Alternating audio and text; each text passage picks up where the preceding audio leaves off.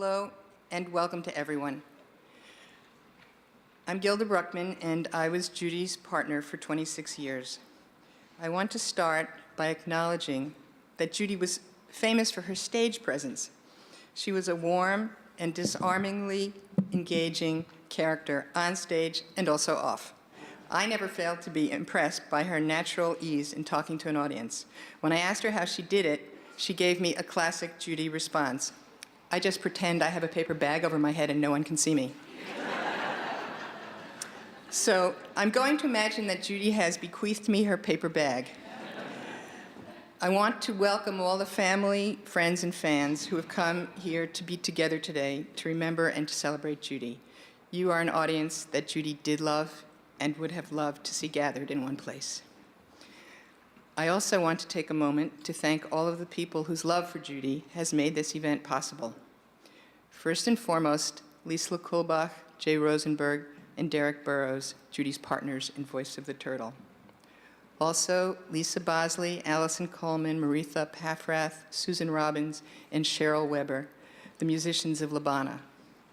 Enormous thanks to Federico Muchnik. He took my vague ideas, piles of photos, recordings, videos, posters, album covers, and transformed them into the film you just saw. Thank you also to Myrna Johnston and Moira Shea, Judy's favorite engineers, and to Susan Wilson, Voice of the Turtle's favorite photographer. In October 2007, Judy first learned she was sick and that her illness was terminal. We knew the inevitability of the future, and we knew it was not a distant future. But Judy steadfastly chose not to surrender the gift of the time she had left. And so that last year was both sad and wonderful, rich in many moments of real joy.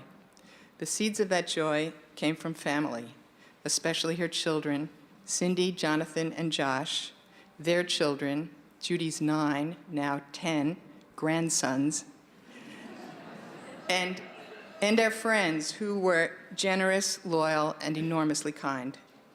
For those of you who did not know Judy well, there are a few qualities that you may not be aware of, qualities that I like to think of as her Judiness, which deserve wider recognition. Judy's energy and exuberance were evident to everyone who encountered her, but what you might not know about Judy was that she was also an ardent ball player and a natural athlete. She played stickball and handball obsessively as a kid in Brooklyn and was a waterfront director when she worked at camp in the summers. Someone once saw her hitting golf balls at a driving range and offered to train her to become a professional golfer. Many years later, Judy was the pitcher on her son Josh's company's baseball team. She had a formidable reputation, even though she had more than 20 years on all the other players. At almost age 50, Judy began to practice Aikido, a Japanese martial art that I had already been studying for over a decade. It was a pretty daunting pursuit to begin at that age, but she persisted for many years and finally made it to one rank below black belt, which was quite impressive. But the truly extraordinary achievement was the relationship she developed with our teacher. It was unlike anyone else's. Kanai Sensei, our teacher, had come from Japan and was a highly respected martial artist. A certain degree of formality permeated most people's interactions with him, at least during class. But Judy's charming irreverence and exuberance won him over completely. She became an obvious favorite of his despite her clearly limited martial arts future. Judy's chutzpah also made her a fearless student of languages, that and her real desire to communicate. She had studied Hebrew as a child and in high school. When she began doing research for Voice of the Turtle, she resumed studying seriously at Hebrew College to become fluent enough for scholarly conversation and research. Shortly after that, she began learning Spanish. She knew English really well. Actually, somebody once complimented her on her English and said, "You speak so beautifully." And she said, "Yeah, I grew up in Brooklyn." On several subsequent trips to Spain, she was uninhibited about speaking wherever she went because she just accepted the fact that she would make really silly mistakes and she would just keep going. When traveling with Judy, casual encounters with strangers routinely turned into invitations to people's homes for dinner. When we planned a trip to Italy a few years ago with a group of friends, several of us tried to learn as much Italian as we could, but it was Judy who managed to astound us all by striking up a real conversation in Italian with the taxi driver right off the plane. Judy also loved being outside, being in the country, being away from urban life. Her first choice of refuge was always Vermont. She loved being there at her cabin, 7 miles off a paved road, up on a hill, looking out over 60 miles of mountains. Judy at her happiest was Judy doing liberation gardening, creating a garden next to the house in Vermont by laying a stone border around whatever flowers were growing wild, and then removing whatever she didn't want from within its bounds. Occasionally, she even planted a flower or two. Judy also had a musical side few knew about. She was an irrepressible whistler, especially on stairs and in hallways. I always knew when Judy was coming or going. She frequently broke into whistled song when she went up or down stairs and when she entered buildings. She did this completely unconsciously. I used to enjoy pointing out to her that she had been whistling, not because I wanted her to stop, but because it was so delightful to see how surprised she always looked. Unlike other members of Voice of the Turtle, Judy was not a professionally trained musician. She had had piano lessons as a child, but her real musical life began at about age 35 when she took her first recorder lessons. From there, she went on to take classes with Marlene Montgomery and to be part of Quadrivium. Her creative partnership with Lisla, Jay, and Derek grew out of Quadrivium and became the 30-year collaboration that has been Voice of the Turtle. Before I turn the rest of the program over to Voice of the Turtle and Labana, there are a few things you should know about what you're going to hear. The repertoire of Voice of the Turtle is from the Jews of Spain. Jews came to Spain in 70 CE after the fall of the Second Temple in Jerusalem.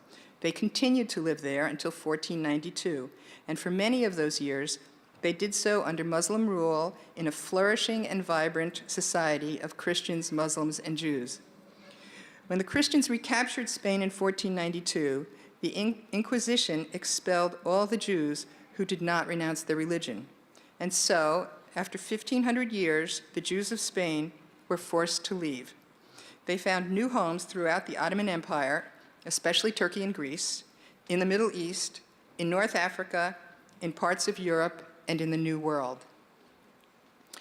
When the Jews were expelled from Spain, they carried with them the medieval Castilian Spanish they had spoken. In exile, that language, called Ladino, was largely preserved by the women, whose insulated life protected the language and maintained its vitality. Ladino, which has many Hebrew words, was further enriched by the languages of the new places where the Jews settled. The musical heritage which belongs to that language has been preserved for 5 centuries by oral tradition, because music was so central to the daily lives of women in the Sephardic communities. The songs which Judy and Voice of the Turtle acquired represent an astonishing range of musical styles and subject matter. Their songs range from the strictly liturgical to the blushingly secular, from songs about food to lullabies, from ballads of knights and ladies to children's counting songs. These songs spurred Judy on to endless projects as she considered the many ways to present and experience Sephardic music. Under the influence of her busy imagination, Turtle produced 12 recordings. These include the Paths of Exile series, 5 albums from Turkey, Morocco, Bulgaria and Yugoslavia, Rhodes and Salonika, and Jerusalem. They also recorded 3 collections of a holiday series covering Hanukkah, Passover, and Purim. 8 of these 12 recordings are still available on CDs. The music you are about to hear includes some of Turtle's favorites. Derek, Lisla, and Jay are being joined by the members of Labana, the women's world music group, all of whom were friends of Judy's and her musical colleagues. Given Judy's passion for bringing enthusiastic audiences and inspired musicians together, this is a concert we know Judy would have relished and blessed. Please welcome Voice of the Turtle and Labana.